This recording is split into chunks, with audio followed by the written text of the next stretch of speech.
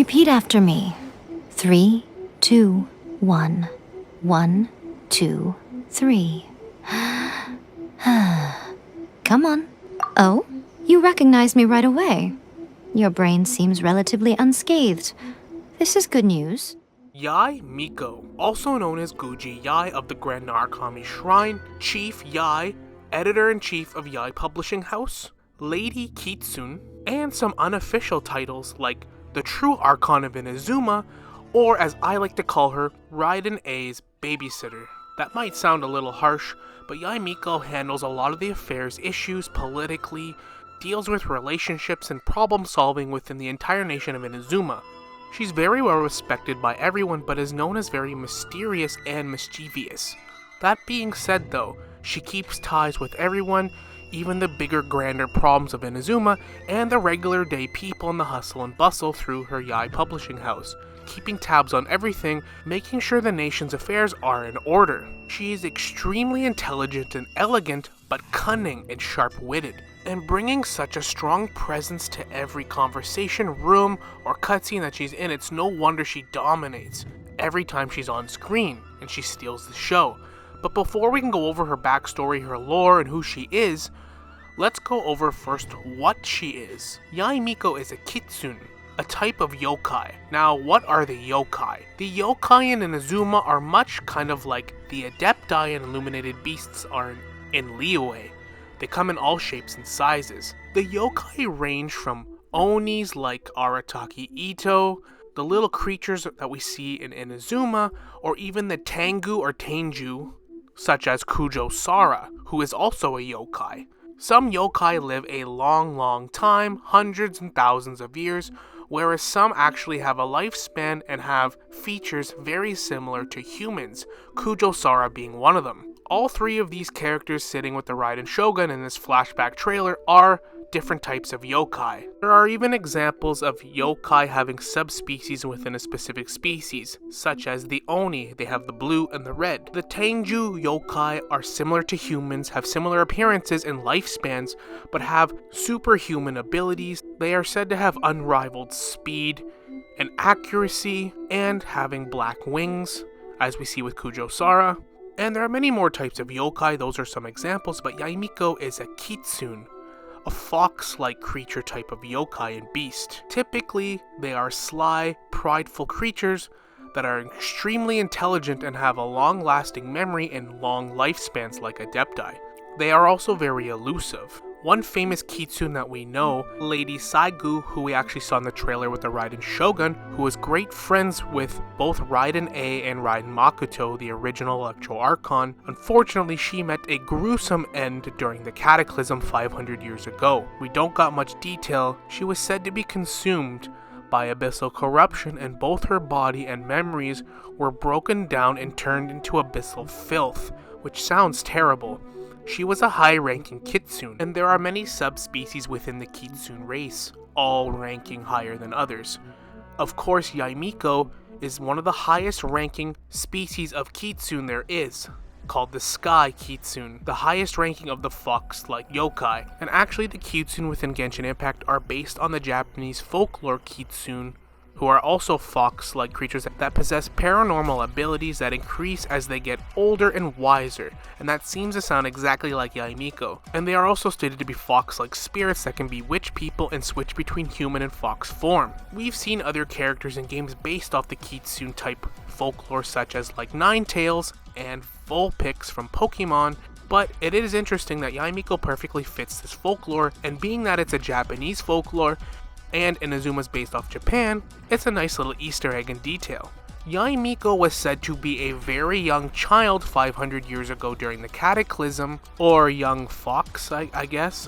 So this gives us a rough age of Yae Miko. I would put her at around 550 years old, but definitely older than 500 years, being that she was already born. Because they have such long lifespans, I'm sure that 30 years for a Kitsune isn't that long at all. So I'm going to pinpoint her around 525 years old. That sounds about right in the middle of where she would be. Now, being that she's an elemental being that has a long lifespan, naturally, she does not need a vision to wield her electro powers. That is all for show. and whenever she's asked about her electro vision that she wears as earrings, she usually makes a funny joke to brush it off. Yae Miko would have been very young when the original Electro Archon was slain, and when Raiden A would take her sister's place as the Electro Archon, her twin sister, Yae Miko would be one of very few people who would be a close friend to the Raiden Shogun, to Raiden A, and know the true secret, as most people wouldn't be able to tell the difference between the two Archons, being they were identical twins. And much like we learn in the Raiden Shogun's second story quest, she never wanted or was cut out to be the Archon. She was a very powerful warrior, but was never suited for the life of being an Archon, handling the nation's affairs, the politics, dealing with the nation's inner workings and problems. That was always her sister Raiden Makoto, who excelled at these. The Raiden Shogun, or Raiden A, was always just the muscle, her sister's sword. So Yae Miko quickly stepped up and helped her along the way, shouldering the burden at a very young age even of handling the nation's affairs, the inner workings, the little details, and also being the closest confidant to the new Electro Archon. It would not take long for the people of Inazuma to grow very fond, love, and respect Yae Miko. She was quickly known as dependable, and became the Guji, or leader, of the Grand Narukami Shrine. Anyone that's seen her at the Grand Narukami Shrine will say that she's very mysterious. But seeing her at the Yae Publishing House, she seems to be a little bit more laid back and carefree. And despite people's massive respect for her, she is known to be an enigma, very elusive. In essence, somebody that you can never quite put your finger on. You never can quite tell their motives or what they're thinking, which actually makes for a great leader. Now, I know I like to harp on the Raiden Shogun a lot, but to her credit, not only did she not want to be the Archon, she was never cut out for it, but she did lose all of her yokai friends during the Cataclysm. She lost everybody. So Yae Miko, being very perceptive even at a young age, was aware of this, and that is also why she cuts the Raiden Shogun a lot of slack, and help her out as her closest confidant. When the Raiden Shogun's paranoia of eternity would drive her into wanting to hide out into the plane of Euthymia, this would be the beginning stages of the Raiden Shogun constructing a Gnosis-bearing puppet, the first prototype being Scaramouche, who would then go on to be the 6th Fatui Harbinger and then the Wanderer. Yae Miko did not agree with this on many fronts, being that the Wanderer was a prototype who was ended up being discarded by the Raiden Shogun. Yae Miko felt like this was a mistake, and it ended up being true. Not just that, but she was also handling 80%, if not more, of the nation's affairs already. If Raiden A wanted to hide herself away in solitude in the plane of Euthymia for eternity, that would mean Yae Miko would be shouldering 100% of the Archon's burdens already. Not to mention the Shogun's final product and puppet would be a tyrannical, eternity-obsessed vision hunt decree dictator, which did not make life easier.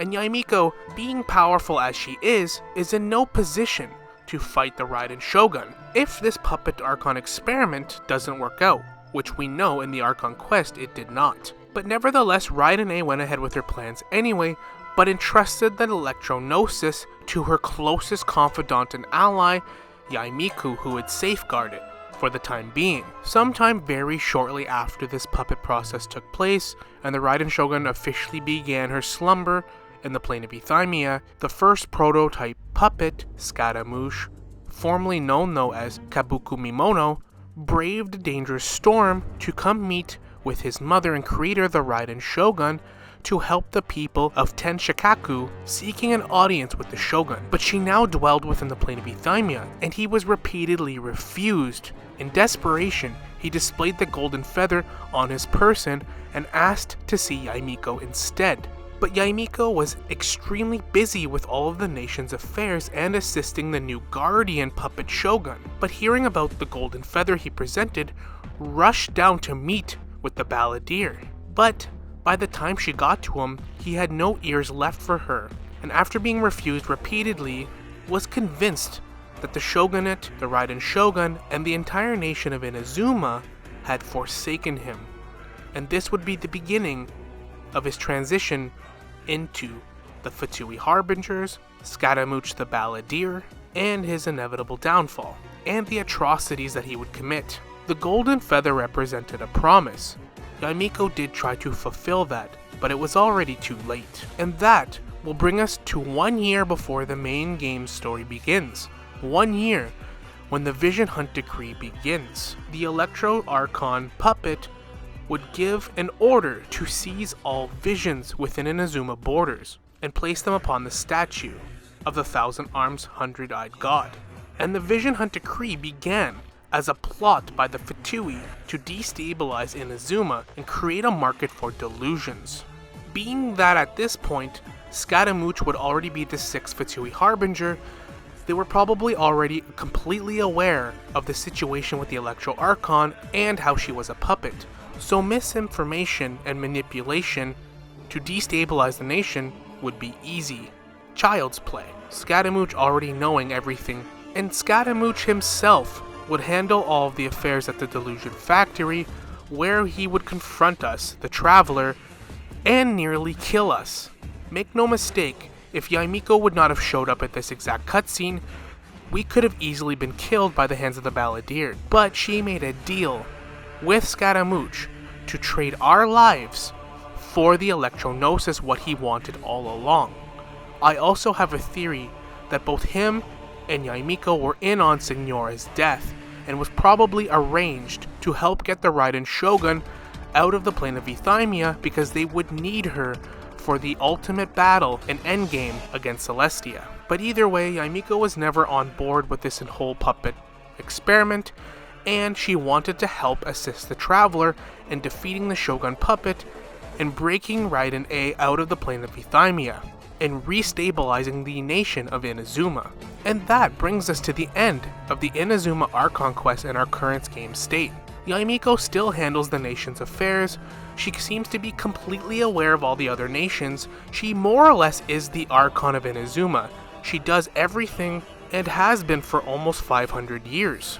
Besides that, she is also completely aware of the affairs, the status of all the other nations, their archons, their inner workings, and does pay the other nations a visit from time to time. Being that the Vision Hunt Decree and the Shogun puppet are no more, and Raiden A seems to be the best version of herself we've ever seen as far as an archon goes, Yae Miko has a little bit more leeway and time to herself to visit other nations, read more books, and have some leisure time. And that is going to wrap up the backstory and lore of Guji Yae Miko, the most famous Kitsune and yokai in Inazuma. I do think she's a pretty underrated character considering she's been piggybacking and carrying the nation for over 500 years, and it isn't even her job. I do truly believe that at some point she should be the official Archon of Inazuma, but we know that the Archons are just puppet carriers for Celestia anyway, but she actually does what an Archon's meant to do. Care for the nation, lead it, handle its affairs, not for glory or praise, or for battle prowess or combat accomplishments, but to actually just help the people and help the nation run smoothly, quietly, and with no hiccups. And she always had intentions to mend the relationship with the rebellion and the people of Watatsumi Island, and now has a very good relationship with Saganomiya Kokomi, the priestess there. All in all, I think Yae Miko is a fantastic leader and character, definitely worthy of Archon status, but I think being behind the scenes, taking care of the nation, is exactly what makes this character so great. Doesn't need the recognition, the job just needs to be done, and I can think of no one better to do it. I do hope you enjoyed the video. If you would like to see more like this, please like and subscribe, help grow and support the channel. I do enjoy making these backstories. I'm always open to suggestions, so leave a character that you'd like to see in the comments. I am going to do more polls to see which other characters you guys want done next. But thank you for watching, and as always, we will see you all in the next one. Later.